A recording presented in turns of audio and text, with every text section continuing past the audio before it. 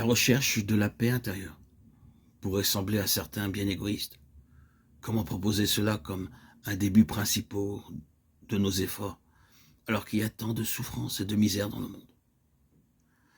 À cela, je me dois d'abord de répondre que la paix intérieure dont il est question est celle de l'Évangile. Elle n'a rien à voir avec une sorte d'impassibilité, d'extinction de la sensibilité,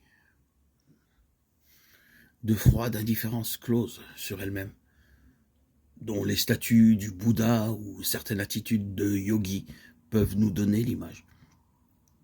Au contraire, elle est le corollaire nécessaire d'un amour, d'une vraie sensibilité aux souffrances du prochain et d'une compassion authentique.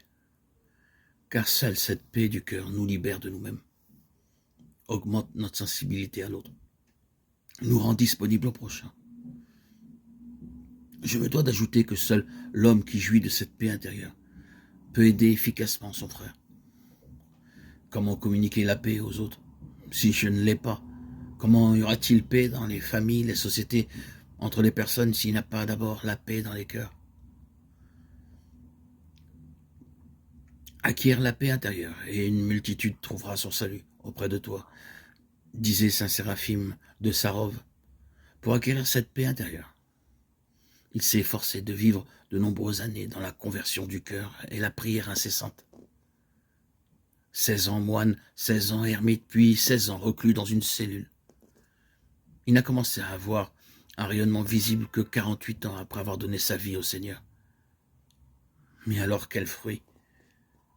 Milliers de pèlerins qui venaient à lui et le quittaient réconfortés, délivrés de leurs doutes et inquiétudes, éclairés sur leur vocation, guéris dans leur corps ou leur âme.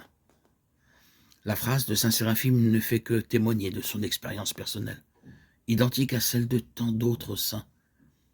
L'acquisition et la conservation de la paix intérieure, impossible sans la prière, devrait donc être considérée comme une priorité pour toute personne, surtout pour qui prétend vouloir faire quelque bien à son prochain. Faute de quoi, on ne fera trop souvent que communiquer ses propres inquiétudes et agitations. Et nous devons aussi affirmer une autre vérité, qui n'est pas moins importante que celle énoncée, c'est que la vie chrétienne est un combat, une guerre sans merci. Saint Paul, dans la lettre aux Éphésiens, nous invite à revêtir l'armure de Dieu pour lutter non contre des adversaires de sang, mais contre les principautés, les puissances, les régisseurs de ce monde de ténèbres, contre les esprits du mal qui habitent les espaces célestes. Éphésiens 6, 10, 17. Et il détaille toutes les pièces de cette armure qu'il nous faut endosser.